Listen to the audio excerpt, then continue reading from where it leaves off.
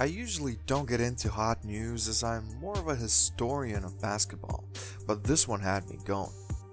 Magic Johnson has announced that he is stepping down as the head of basketball operations for the Los Angeles Lakers. Wow, who expected that? We were almost 100% sure the Lakers will have a new coach, and they still might, but wow, what a shocking morning news for me. So, Magic Johnson is out. Does that mean Rob Pelinka is out as well? Who's gonna run the team? Granted, the decision making last summer and around the trade deadline was questionable and bad, but at least Magic Johnson was a brand name that kinda did fit with the whole Lakers brand. So let's look at the timeline of this and see how all of this escalated. In February 2017, Magic Johnson was announced as the team president and head of basketball operations. He was replacing Jim Buss, a name Lakers fans didn't want to hear anymore, because they felt it was Jim who put the Lakers in the state they were. And they were right. So Magic Johnson comes in, an accomplished businessman, owner, a legendary player who spent his whole career with the Lakers. Finally, the Lakers seemed to be on the right path. Sure, they had some bad contracts on the team, but at least they thought that the right person was behind all of the Lakers' operations. In 2017 offseason, Magic made some good moves. He signed his young talent to multi-year contracts.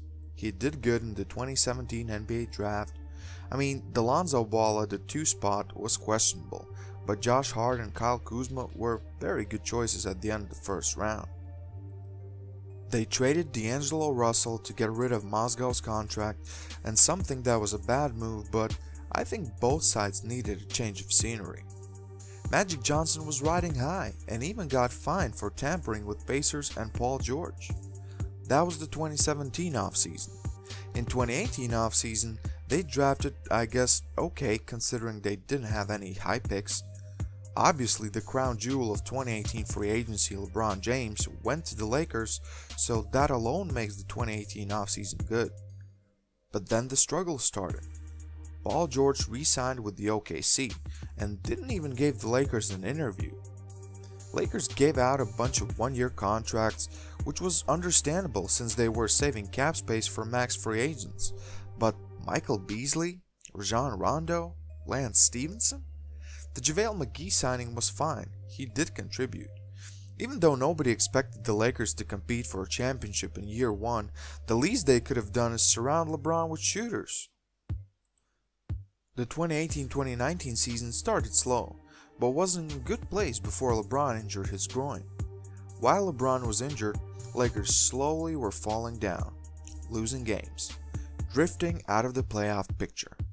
Then LeBron returned, but that botched trade deadline, they didn't get Anthony Davis, totally messed up the whole team chemistry, as I think nobody on that team wanted to play with LeBron. That was a botch. But you know what? To make the things even worse, the Lakers traded their young center, a player who actually played very good in limited time, Ivica Zubac, to their rivals, a team in their city, the Clippers, for Mike Muscala, a player they didn't even use and who was plain bad to be honest. The trade deadline was absolute disaster, but somehow they got it together for a couple of games and then went downhill again. They didn't make the playoffs, the Clippers did. There was frustration with the coach, management, everything. In some ways, this Lakers season was even worse than Phoenix Suns for Christ's sake, or the lowly New York Knicks. They are trying to rebuild, to get high draft picks. The Lakers, on the other hand, are now winning absolutely meaningless games. They already know they're not making the playoffs, so why? That's how we come to this point. Magic Johnson has stepped down from the head of operations positions. Everything after signing LeBron has been a disaster. I think his and Jeanie Buss relationship is fractured as well, which is why I think the decision was made. Maybe Jeanie Buss wanted to keep Luke Walton and Magic didn't. Where does this leave Rob Pelinka now? Considering that the tandem was brought together, I think it makes sense to fire him now. Or maybe he will step down just like Magic did. I mean, he was responsible for all these bad decisions as well. And with Magic gone, it would leave a bad taste in the mouth of all the Lakers fans and maybe even players for him to stay in the position. Another big question, what does LeBron think now? It's pretty clear LeBron signed with the Lakers in large part because of Magic Johnson. He trusted him. He saw someone he adored as a kid. He saw a great basketball mind and an accomplished player. Now, Magic is out. Rob Pelinka for sure doesn't hold the same respect from LeBron. Even though this was a disastrous season, I think LeBron had some faith that in the end this would work out. With Magic gone, I guess it's pretty clear for him that it won't. And most importantly, what's next for the team? Is Rob Pelinka now the main decision maker? Can they somehow lure away Jerry West from the Clippers, please? I know it's so impossible and the Clippers would be dumb if they let him go, but pretty please? Can they get another Laker legend like Kobe, for example, to try for this job? A lot of questions need to be answered, a lot of them. In totality, Magic's decision to step down just shows that this Lakers season was the ultimate fail. There are no other ways about it.